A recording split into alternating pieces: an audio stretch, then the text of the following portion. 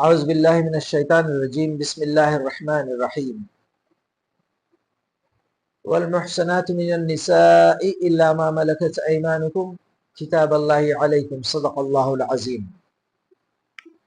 محترم سامعین و ناظرین، رمضان المبارک کے 5ویں روزے میں ہم داخل ہو چکے ہیں اور 5ویں پارے کا خلاصہ انشاءاللہ میں آپ کی خدمت میں پیش کرنے کی کوشش کروں گا۔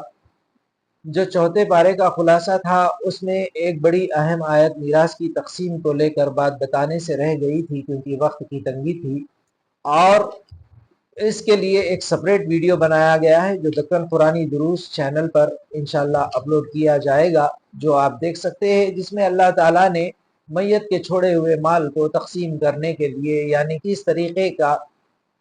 کس طریقے سے بانٹنا چاہیے، یعنی کس طریقے سے اس کی تقسیم ہونی چاہیے، کس کو کتنا حصہ ملے گا، اس پر بات کی گئی ہے۔ شوہر بیوی کے ہو یا اولاد کے ہو، سب کے حصے اس میں بیان کیے گئے ہیں۔ میری آپ سے درخواست ہے کہ آپ اسے دیکھیں، اور اسی طریقے سے جو آیت کا ٹکڑا میں نے پڑھا ہے وہ حرام رشتوں کی فہرست کا آخری حصہ ہے، یعنی وہ رشتے جن سے نکاح حرام ہے۔ چوتھے پارے کی آخری آیت ہے، وہ بھی بتانے سے رہ گئی، اب انشاءاللہ وہ بھی کور ہوگی۔ اس کے بعد 5ویں پارے میں جو اہم آیات ہے اس کا ایک اوور ویو انشاءاللہ، جو اہم مضمون ہے اس کا ایک اوور ویو پیش کر کے ہم آگے بڑھیں گے۔ آئیے دیکھتے ہیں کہ وہ کون سے رشتے ہیں جس کو اللہ تعالیٰ نے حرام قرار دیے نکاح کے لیے۔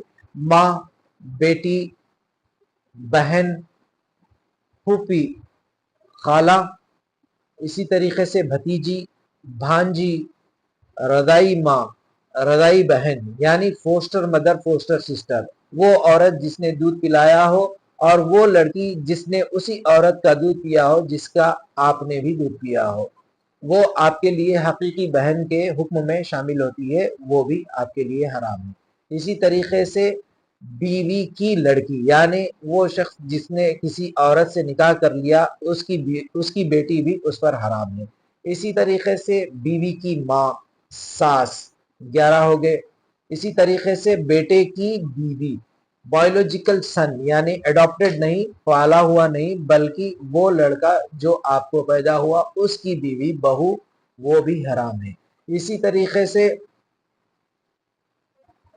آپ کا دو بیویوں کا، دو بہنوں کا ساتھ میں رہنا یعنی دو بہنوں کو ایک ساتھ نکاح کرنا، یہ بھی حرام ہے۔ باپ کی بیوی، دور جاہلیت میں باپ کے مر جانے کے بعد اس کی بیوی سے نکاح بھی کر لیا کرتے تھے، وہ حرام ہے۔ اور آخری 15ویں یہ ہے کہ کوئی عورت کسی کے نکاح میں ہو، اس سے بھی نکاح حرام ہے، یہ پروہیبیٹڈ ریلیشن شپس میں آتے ہیں۔ اب آئیے 5ویں پارے کے اہم مضامین کی طرف۔ ویسے تو قرآن کی ہر آیت اہم ہے، لیکن آج کی ماڈرن یعنی جو ڈے ٹو ڈے ہماری لائف ہے، اس میں بھی ان احکامات کا بڑا ریلیونس ہے۔ میں چاہوں گا کہ ایک اوور ویو مل جائے تاکہ آپ کو بھی پتا ہو اور مجھے بھی کہنے میں آسانی ہو کہ کون سے پوائنٹس کور ہو گئے اور کون سے پوائنٹس مجھے کہنے ہیں۔ یوں تو قرآن کا مرکزی مضمون توحید ہے، اس پر بات ہوگی۔ الگ انداز سے اس میں اللہ تعالیٰ نے توحید کے لیے کچھ باتیں بیان فرمائی ہے۔ اسی طریقے سے دوسری جو بات ہے توبہ کی بڑی اہمیت اور بڑے ایسی آیات اس میں نازل فرمائے ہیں جو قابل غور ہے۔ اسی طریقے سے تیسری اہم بات شوہر اور بیوی کا کیا مقام ہے، کیا مرتبہ ہے، کیسے انہیں رہنا چاہیے، جب اختلاف ہو جائے تو کیسے پیش آنا چاہیے۔ چوتھا نماز کو لے کر بڑی اہم آیات ہے۔ یوں تو قرآن میں جگہ جگہ آپ کو نماز کو لے کر آیات ملیں گے، لیکن یہاں پر آپ کو اس کے بارے میں الگ قسم کے بھی آیات ملیں گے۔ 5واں جو بیڈ راک ہے، کارنر سٹون ہے اسلامی تعلیمات کا، جسٹس، انصاف، اس کے تعلق سے ہے۔ 6ویں میں آپ دیکھیں گے کہ منافقین کے اوصاف اور منافقین کا مقام اللہ تعالیٰ نے کیا بیان کیا ہے، اور 7ویں میں حضور صلی اللہ علیہ وسلم کو تسلی دی جا رہی ہے کہ یہ منافقین کا شیوا اب سے نہیں بلکہ پہلے سے ہے، یہ اہل کتاب جو ہے ان کا کیا رویہ تھا، تم ان سے دل شکستہ نہ ہونا، اس طریقے کی بات ہے۔ آئیے اب توبہ کی طرف. پہلی چیز اللہ تعالیٰ اس صورت میں ہمیں اس بارے میں یہ بیان فرماتے ہیں کہ اللہ تعالیٰ کا ارادہ ہمارے ساتھ ایسا ہے کہ جو پہلے کے نیکوکار لوگ تھے ان کے راستے پر چلائے. اور جب یہ حرام رشتے اللہ تعالیٰ نے بیان فرمائے، ساتھ میں ایک بات کہی کہ جو ہو چکا وہ ہو چکا، آگے کے لیے یہ ساری چیزیں تم پر حرام ہیں.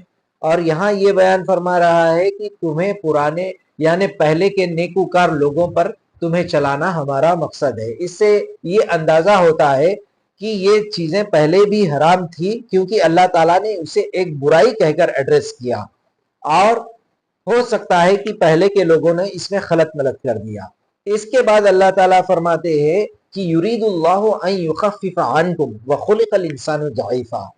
اللہ تعالیٰ تمہارے ساتھ ہلکا معاملہ کرنا چاہتا ہے کیونکہ وہ جانتا ہے کہ تم کمزور پیدا کیے گئے. اس کے بعد دیکھیے گا عزیزان محترم، توبہ کے لیے یہ ایک اور آیت کہہ کر میں توبہ کی بات کو ختم کرتا ہوں. ویسے تو اس سے پہلے بھی اللہ تعالیٰ نے فرمایا کہ ان لوگوں کی توبہ قبول کرتا ہے اللہ تعالیٰ جو نادانی میں گناہ کرتے ہیں اور جو گناہ پہ گناہ کرتے جاتے ہیں حتیٰ کہ ان کے پاس موت کا وقت آ جائے اور وہ کفر کی حالت میں مر جائے. ایسے لوگوں کا جب وہ کہتے ہیں کہ ہم توبہ قبول کرتے ہیں تو ایسے لوگوں کی توبہ اللہ قبول نہیں کرتا. اب آئیے اس آیت کی طرف جس میں اللہ تعالیٰ فرماتے ہیں، آپ دیکھیے گا سورہ نساء کی ابتدا سے جو چیزیں بیان کی جا رہی ہے، ایک ریولیوشنری آرڈر تھا اللہ کا. تاریخ میں کسی بھی وقت ایسا نہیں ہوا تھا، صرف انبیاؤں کی موجودگی کے علاوہ، کہ عورتوں کو وہ حقوق دیے گئے تھے. نبی اکرم صلی اللہ علیہ وسلم کے ذریعے عورتوں کو میراث میں حق دیا گیا، مہر کا حق دیا گیا. اسی طریقے سے یتیموں کے پرورش کے تعلق سے، یتیموں کے مال کے استعمال کے تعلق سے جتنے احکامات دیے گئے، ان کے بعد اللہ تعالیٰ فرماتے ہیں کہ ان تجتنبوا کبائر ما تنہون عنہ نکفر عنکم سیئاتکم وندخلکم مدخلا کریما. یہ سارے گناہوں سے اگر تم بچ جاؤ تو ہم تمہارے چھوٹے گناہ تو یوں ہی معاف کر دیں گے اور تمہیں بڑی عزت کی جگہ داخل کر دیں گے. اور اسی طریقے سے آگے بھی فرماتے ہیں کہ جو لوگ گناہ کریں گے یا اپنی جانوں پر، اپنی نفس پر ظلم کریں گے اور اللہ سے استغفار کریں گے تو اللہ تعالیٰ کو صرف غفور ہی نہیں بلکہ رحیم پائیں گے. یہ بھی اس بارے میں ہمیں آیت ملتی ہے. تو عزیزان محترم، بتانا یہ مقصد تھا کہ توبہ اللہ تعالیٰ کتنا پسند کرتا ہے، اور میرے اور آپ کے لیے آج کے اس دور میں جو جگہ جگہ پر ہمیں فتنوں سے یعنی دوچار ہونا پڑتا ہے، تو ہمیں توبہ کی کتنی ضرورت ہے. ہونا تو یہ چاہیے تھا کہ توحید کی بات ہوتی، لیکن میں مس کر گیا. اب آئیے تیسرے مضمون کی طرف جس میں اللہ تعالیٰ فرماتے ہیں الرجال قوامون علی النساء بما فضل اللہ بعضهم علی بعض. اللہ تعالیٰ نے مرد کو، رجال کو قوامون کہہ کر مخاطب فرمایا، یعنی مینٹینر. اور یہ بھی فرما دیا کہ یہ جو فضیلت ہے اللہ تعالیٰ نے اپنی طرف سے دی ہے اور بعض کو بعض پر فضیلت دی ہے. یہ نہیں کہ تم کو یہ فضیلت دی گئی ہے تو خواتین کو، عورتوں کو کچھ بھی فضیلت نہیں دی گئی، ان کو بھی دوسری فضیلت دی گئی ہے، بس فنکشن الگ ہے، آئیڈینٹیکل ہے. ایکول نہ بھی ہو تو ان کا الگ ان کا الگ، یعنی دونوں کو الگ الگ اسپیشلائزیشن دیا گیا ہے. اور وَبِمَا أَنفَقُوا مِنْ أَمْوَالِهِمْ، یہ اس لیے دیا گیا ہے کہ تم محنت کرتے ہو اور تم خرچ کرتے ہو. اور اس کے بعد خواتین کو یہ تعلیم دی گئی ہے فَالصَّالِحَاتُ قَانِتَاتٌ حَافِظَاتٌ لِلْغَيْبِ بِمَا حَفِظَ اللَّهُ. تو انہیں چاہیے کہ فرما بردار رہے اور حفاظت کرے اپنے عزت کی اور اپنے مال کی، شوہر کے عزت کی اور مال کی، اس کے غائب میں. تو عزیزان محترم، یہ تھی وہ باتیں جو اس کے شوہر اور بیوی کے مقام اور مرتبے کے تعلق سے. اب اس کے بعد جو سٹیج آتا ہے جب آپس میں اگر اختلاف ہو، اگر تم دیکھو کہ وہ سرکشی کر رہی ہے تو اس کو نصیحت کرنے کے پھر سٹیجز اللہ تعالیٰ بیان فرماتے ہیں. پہلے نصیحت کریے، سمجھائیے، اگر وہ بھی نہ ہو تو سپریشن کر دیجئے. سپریشن کو آج کی ماڈرن ڈے میں اگر ہم کہیں گے تو ایک کولنگ پیریڈ ہم اسے کہہ سکتے ہیں کہ دونوں جب ہم سپریٹ ہوں گے تو ہم ٹھنڈے دل سے سوچیں گے، اچھائی ہمیں یاد آئیں گی اور ملنے کے امکانات پھر بڑھ جائیں گے۔ اگر یہ بھی ورک آؤٹ نہیں ہوا تو اللہ تعالیٰ نے جو تیسری بات جو بڑی لوگوں کے نزدیک ایک تنقید کا نشانہ اسے بناتے ہیں، کرٹیسائز کرتے ہیں، کیونکہ یہ دو ورک آؤٹ نہیں ہوئے، رشتے کو پروٹیکٹ کرنے کے لیے، ایک بڑی اچھی چیز کو پروٹیکٹ کرنے کے لیے ایک دوسرا ایک آپشن یوز کرنے کی بات کہی گئی ہے، اور اس کے بعد جو بات کہی گئی ہے وہ اس سے بھی زیادہ امپورٹنٹ ہے، یعنی کہ مارنے کی جو بات کہی گئی ہے، مار سکتے ہو، لیکن اس کے بعد جو بات کہی گئی ہے اگر وہ فرما برداری پہ آ جائے تو تم اسے پریشان کرنے کا دوسرا راستہ نہ ڈھونڈنا، اور اتنی سخت وارننگ دی ہے اللہ تعالیٰ نے سمجھنے والوں کے لیے، ان اللہ کان علیٰ کبیرہ، اللہ تعالیٰ فرماتے ہیں کہ اللہ تعالیٰ بہت بڑا ہے، تم یہ نہ سمجھو کہ تمہیں جو فضیلت دی گئی ہے تو تم بڑے ہو۔ آج جو سوسائٹی میں ہو رہا ہے، مرد حضرات جس طریقے سے ڈیورس دے رہے ہیں یا خواتین جو جس طریقے سے مردوں سے الجھ رہی ہے، سب کا ایگو بوسٹ ہوا ہے، سب اپنے آپ کو بڑے سمجھ رہے ہیں۔ اللہ تعالیٰ یہاں فرماتا ہے کہ تم بڑے نہیں ہو، تمہیں جو فضیلت دی گئی ہے وہ میری جانب سے دی گئی ہے، اس کا صحیح استعمال کرو، تمہارے سے تم سے پوچھ ہوگی اس کے بارے میں، سب سے بڑا اللہ تعالیٰ ہے۔ پھر اس کے بعد اللہ تعالیٰ فرماتے ہیں کہ جب تمہارے درمیان میں اختلاف ہو، اب کوئی سیٹلمنٹ کا، اب کوئی کمپرومائز کا راستہ اگر آپ سمجھتے ہو کہ نہیں ہو، یا پھر کچھ مس انڈرسٹینڈنگ ہو گئی ہے جس کو دور کرنا ضروری ہے، تو تمہاری طرف سے ایک حاکم ہو جائے اور لڑکے والوں کی طرف سے ایک حاکم ہو جائے، اگر دونوں کے صلح کی نیت ہو تو اللہ تعالیٰ صلح کی طرف رہنمائی کرے گا۔ تو یہ تھی عزیزان محترم میریٹل ڈسپیوٹ۔ آج ڈیورس کا ریٹ ایک دم ہائی ہو چکا ہے سوسائٹی میں، سوشل میڈیا کی طرف سے کوئی ایک سوشل میڈیا پہ پوسٹ کر دے کہیں گھومنے پھرنے کا، تو اس کو دیکھ کر ایسا لگتا ہے کہ جیسے ہماری زندگی ہی جو ہے بالکل بیکار ہے۔ وہ لوگ کبھی کبھی یا جو بھی سوشل میڈیا پہ پوسٹ کرتے ہیں، کبھی کبھی اوکیشنلی جاتے ہیں اور پوسٹ کرتے ہیں، اور ہمیں یعنی دیکھنے والوں کو یہ لگتا ہے کہ ان کی ڈیلی لائف یا روٹین لائف اسی طریقے سے ہوگی۔ ایسا نہیں رہتا عزیزان محترم، ایسا نہیں رہتا۔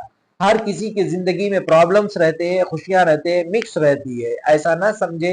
اور ہو یہ رہا ہے کہ سب ایک دوسرے کو کمپیئر کر رہے ہیں اور اپنے آپ کو کمتر سمجھ رہے ہیں، جس کی وجہ سے ڈیورس ریٹ ہائی ہو رہا ہے، اور کورٹوں کے چکر میں اور کورٹس کے چکر میں جا کے پیسہ waste, time waste, litigation public میں ایک سبجیکٹ بن جاتا، ڈسکشن کا ایک ہاٹ ٹاپک بن جاتا ہے۔ یہ سب چیزیں چھوڑ کر ایک ایسے ریزولوشن کی طرف اللہ تعالیٰ ہمیں راستہ بتاتا ہے جو کاسٹ افیکٹو بھی ہے، ٹائم سیونگ بھی ہے، اور پرائیویسی بھی اس میں برقرار رہے گی۔ اب آئیے چوتھی پوائنٹ کی طرف جو نماز سے ڈیل کرتی ہے، جس میں بتایا گیا ہے کہ یا ایھا الذین آمنوا لا تقربوا الصلاۃ وانتم سکارى، اے لوگوں نشے کی حالت میں نماز کے قریب بھی نہ جاؤ جب تک کہ تم یہ نہ جانو کہ تم کیا کہہ رہے ہو۔ عزیزان محترم، یہ سورہ نساء کے جو آیات ہے، مدینہ میں ایک ریاست، ایک اسلامک سوسائٹی بالکل اسٹیبلش ہونے جا رہی تھی۔ ایسے میں اللہ تعالیٰ یہ آیت نازل فرما کے صحابہ کو یہ اشارہ دے رہے ہیں کہ سدھر جاؤ، سمل جاؤ، یہ ایسی چیز ہے جو تمہاری نماز کو بھی کھا جا سکتی، جس کی بدولت آج تم اس مقام پر ہو۔ نماز کی وہ اہمیت صحابہ کے نزدیک تھی، انہوں نے شراب کو بھی چھوڑ دیا۔ اس کے بعد ایک اور جگہ نماز کے تعلق سے یہ بھی بیان کیا گیا ہے، حتیٰ کہ تم جنگ کی حالت میں بھی رہو تو ایک جماعت اصلاح یا جو بھی ہتھیار ہے اس کی حفاظت میں لگے رہے، وہ دیکھتے رہے، چوکنا رہے، کہیں دشمن تم پر حملہ آور نہ ہو، لیکن دوسری جماعت ساتھ میں نماز پڑھتی رہے، قصر کرے، نماز کو شارٹ کرے، سفر میں بھی آپ کو اجازت ہے، پانی نہیں ہے آپ تیمم سے کرے، لیکن نماز آپ کو پڑھنا ضرور ہے۔ یہ ساری چیزیں اسی بارے میں آپ کو کور کرتی ہوئی دکھائی دے گی۔ اور اب آئیے پانچویں حصے کی طرف جو بالکل یعنی کارنر سٹون ہے، وہ ہے جسٹس، انصاف، امن۔ عزیزان محترم، نیکی کرنا ایک الگ چیز ہے، لیکن انصاف کرنا اس سے بھی بڑی چیز ہے۔ انصاف میں اپنے جذباتوں کو بھی کچلنا پڑتا ہے، انصاف میں اپنے چاہنے والوں کے خلاف بھی بولنا پڑتا ہے، انصاف میں یہ بھی نہیں دیکھنا ہے کہ وہ غریب ہے یا امیر ہے، انصاف میں حتیٰ کہ اپنے نفس کے خلاف بھی گواہی دینا پڑتا ہے۔ آج ہم دیکھتے ہیں کہ انصاف کا معیار کون کس کی پارٹی کا ہے، کون کس کے دھرم کا ہے، کون کس کا رشتہ دار ہے، کون کس کا قریبی ہے، اس اعتبار سے جو ہے رشتے اس اعتبار سے انصاف کے پیمانے دیکھے جا رہے ہیں. لیکن اللہ کے نزدیک جو بات ہے، اللہ تعالیٰ فرماتا ہے یا ایھا الذین آمنوا، آیت نمبر 135 ہے، اے لوگوں جو ایمان لائے ہو، کونوا قوامین بالقسط، انصاف کے علم بردار بنو، شہداء للہ، اس کے لیے گواہی دینا ہے، اللہ رب العزت کے لیے گواہی دینا ہے. اور کیوں دینا اور کیسی دینا ہے؟ ولو علی انفسکم، یہ وہ گواہی چاہے تمہارے اپنے نفس کے خلاف ہی کیوں نہ ہو. تو بائسنس کا پورا یعنی ایک تصور اللہ تعالیٰ نے ختم کر دیا. کوئی بائسنس نہیں، کوئی جانبداری نہیں، محض اللہ کے خاطر. اور یہ ایک توحید کی ایک ڈیمونسٹریشن ہے. توکل صرف اللہ پہ. اللہ نے جو کہا، اللہ نے کہا کہ حق کی گواہی دو تو محض اللہ کے خاطر. ولو علی انفسکم او الوالدین، چاہے تمہارے اپنے والدین کے خلاف بھی کیوں نہ ہو. اللہ تعالی یعنی ہم دیکھتے ہیں کہ ہماری زندگی میں سب سے اہم مقام اللہ کے بعد کس کا ہونا چاہیے؟ والدین کا ہونا چاہیے. اگر ہم کسی اور کو چاہتے ہیں تو یہ ہمارا مسئلہ ہے. اللہ تو اپنی کرونالوجی نہیں بدلے گا. اللہ تعالیٰ نے واضح طور پر کئی مقامات پر یہ بیان فرمایا کہ میرے بعد اگر تم پر کسی کا حق لازم آتا ہے تو وہ والدین کا ہے. وہی آرڈر کو اللہ تعالیٰ مینٹین کرتے ہوئے فرماتے ہیں کہ تمہاری اپنی ذات کے خلاف ہو یا والدین کے خلاف ہو یا رشتہ دار کے خلاف ہو یا امیر ہو یا غریب ہو، تم اپنی زبان میں ٹال مٹول نہیں، بالکل سیدھی بات، حق کی گواہی دینا. اللہ تعالیٰ کے نزدیک یہی پسندیدہ چیز ہے. تو عزیزان محترم، حق کے تعلق سے اس میں بڑی اہم آیت یہ بیان ہوئی ہے. اب آئیے چھٹویں چیز جس میں منافقین کے تعلق سے اللہ تعالیٰ فرماتے ہیں ان المنافقین ایسے ہیں وَإِذَا قَامُوا إِلَى الصَّلَاةِ قَامُوا كُسَالَىٰ، جب نماز کے لیے بلایا جاتا ہے تو ایسے آتے ہیں کسمساتے ہوئے، یعنی بڑی جان کے. جبکہ دعوے ایسے ایسے کرتے ہیں کہ وہی سب سے اول درجے کے مومن ہیں. جبکہ اللہ تعالیٰ ان کے بارے میں فرماتا ہے ان المنافقین فی الدرک الاسفل من النار، اور منافقین یقیناً جہنم کے پرلے درجے میں، نچلے درجے میں رہیں گے. وہ ان کے اعمال کیا تھے، حرکات کیا تھے؟ بس جب انہیں آرام کا کوئی موقع ملتا، یعنی کہ کچھ پریشانی اور کچھ مشکل نہیں آئی تو وہ اسلام کے ساتھ ہو لیتے تھے. جیسے ہی کچھ جنگ کا، قتال کا یا کچھ مال کے خرچ کرنے کی باری آئی تو بڑا شک ان کے اوپر گزرتا تھا، بڑی تکلیف انہیں محسوس ہوتی تھی. ان کی یہ کیفیت اللہ تعالیٰ نے کھینچی ہے.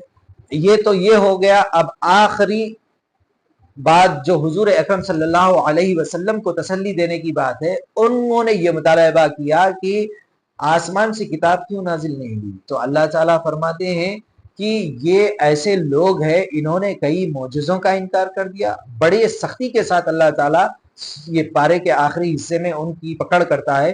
تم کیسے لوگ ہو؟ تمہیں اللہ کی طرف سے زبور اور نہ جانے کتنے آسمانی کتابیں تم پر نازل کی گئی، کتنے انبیاء آئے تم نے قتل کر دیا، کتنے معجزے دکھائے تم نے ان کا انکار کر دیا.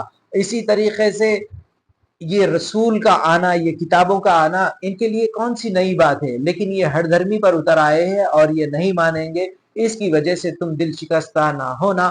دوسرے رسولوں کو ابھی انہوں نے یہی ریسپانس دیا تھا. یہ کہہ کر اللہ تعالیٰ نبی اکرم صلی اللہ علیہ وسلم کو تسلی دیتے ہیں. عزیزان محترم، یہ تھی اہم باتیں آج یہ دور میں توحید کو لے کر، توبہ کو لے کر اور فیملی ایشوز کو لے کر، اسی طریقے سے نماز کو لے کر، اسی طریقے سے جسٹس کو لے کر. اور منافقانہ ہم بھی کتنا شو آف کر رہے ہیں. ہمارا بھی انٹرنل ایک ہے، ایکسٹرنل ایک ہے. ہمیں بھی چاہیے کہ ہم اپنے منافقانہ رویے سے توبہ کریں. تو عزیزان محترم، میری آپ سے درخواست ہے کہ آپ اس ویڈیو کو زیادہ سے زیادہ شیئر کریں صدقہ جاریہ سمجھ کر، اور انشاءاللہ بہت جلد چھٹے پارے کے مختصر خلاصے کے ساتھ میں آپ کے سامنے حاضر ہوں گا. جب تک کے لیے اجازت دیجیے. السلام علیکم.